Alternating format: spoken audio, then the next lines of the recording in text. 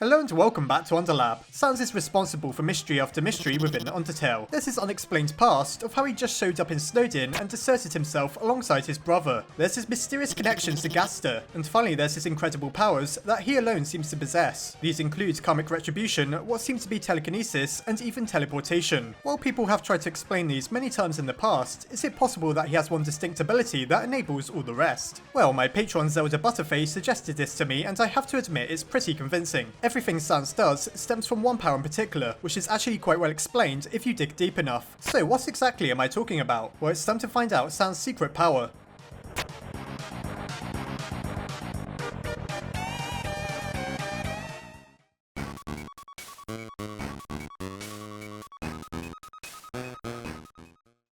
When we first meet Sans, Wiz never suspects how powerful he really is. In fact, we'll never know unless we go on the genocide path, where his true power is revealed. Still, there's some hints up until that point that Sans can do things that no one else can. For example, he teleports between 2 points in Snowdin. He uses various shortcuts to take us to places, even when those shortcuts clearly lead in the wrong direction. He even appears to freeze time itself within Grillby's when he decides that he has something important to tell us. These things could just be stylistic choices, but add in how mysterious Sans is, and it suddenly seems like the skeleton has all sorts of bizarre powers. It's hard to know where they come from, but we can take a pretty good stab at explaining how they work. Have you ever considered that Sans isn't really doing any of the things he appears to be capable of? Allow me to explain. Funnily enough, it's actually Flowey who reveals to us the truth about Sans. On the True Pacifist route, we come to a scene where he's surrounded by everyone, in other words, all the monsters we've helped on our journey. It's at this point where he suddenly reveals that it was his intention all along to have everyone gather in one place, so that he can take their souls. This is where something quite confusing and inexplicable takes place. He sucks out everyone's souls, but somehow he doesn't kill them. At the end of the game, their souls are returned and they come back to life as if nothing ever happened. In fact, everyone seems completely unaware of what took place while he did battle with the resurrected Azrael Dreamer. Now, if we took this at face value, it doesn't make any sense. Aside from boss monsters, monster souls can't survive without a body. What would happen then if a soul was ripped out of a normal monster? The only possibility is that they'd be immediately turned to dust. I can't think of any way a monster could survive such a devastating attack, so surely there should be no bodies left for the souls to return to. But what if Flowey did something a little extra we never even realised? Before he unleashes his soul-stealing attack, we hear a very distinctive clicking noise that you may be familiar with. It's this noise that indicates that time has been frozen, and that's how Flowey is able to take everyone's souls without killing them. He froze the timeline, which allowed him to steal so much power without destroying everyone in the process. It's not clear why he did this, but perhaps that's something to delve into another time. For now, the focus is the fact that the clicking sounds we hear indicates that time has been stopped. You may be wondering how this relates to Sans in any way.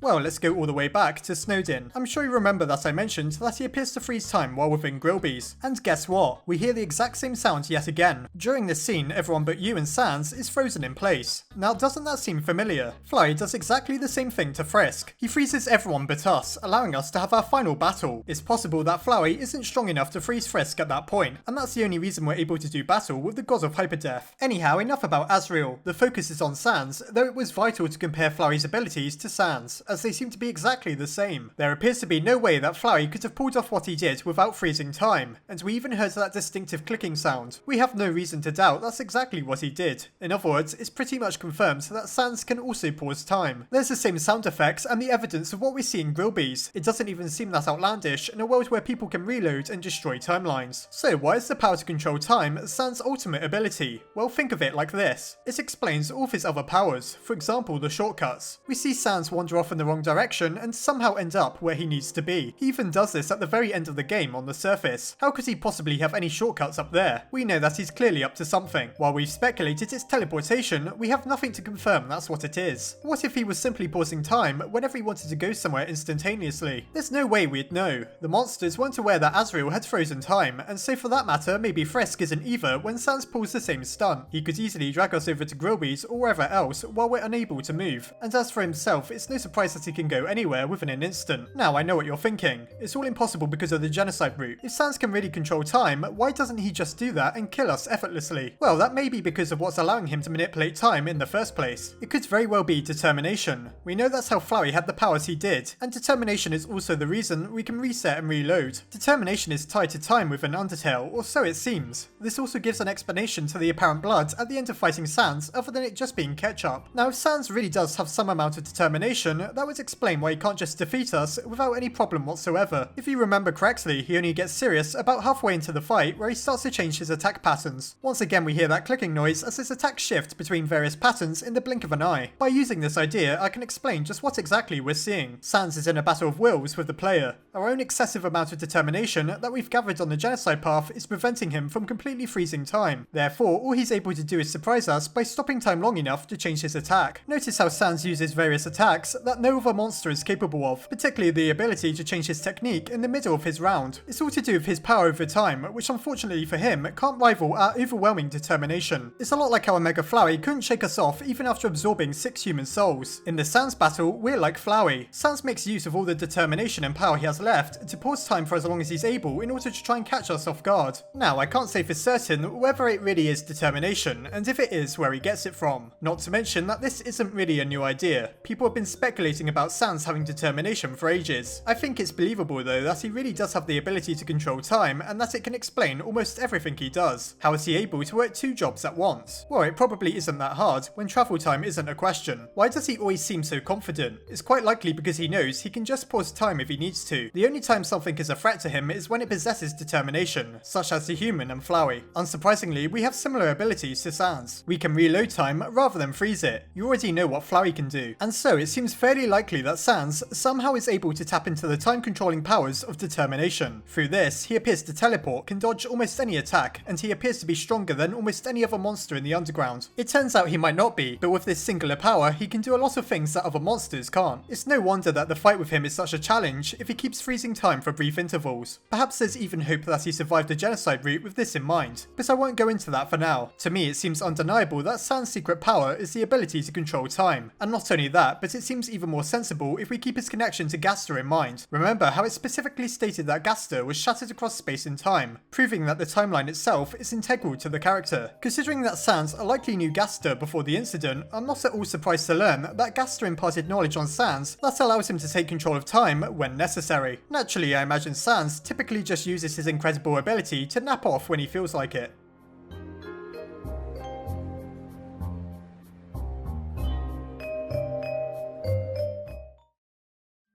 For all we know, Sans has stopped time at least 7 times since you started watching this video. It's fun to think of new ways of explaining Sans' powers, and I feel this one has a lot of credibility backing it. It seems odd that he possesses so many powers, but far more believable that he just has one in particular that makes it appear that he can do so much. As I mentioned near the end, it just makes too much sense when we add Gaster into the equation as well. So what do you think? Is time travel the secret to Sans' powers? Do you think Papyrus knows anything about it? As always, I hope you enjoyed the video. Try not to get stuck in an infinite time loop, and I'll see you next time.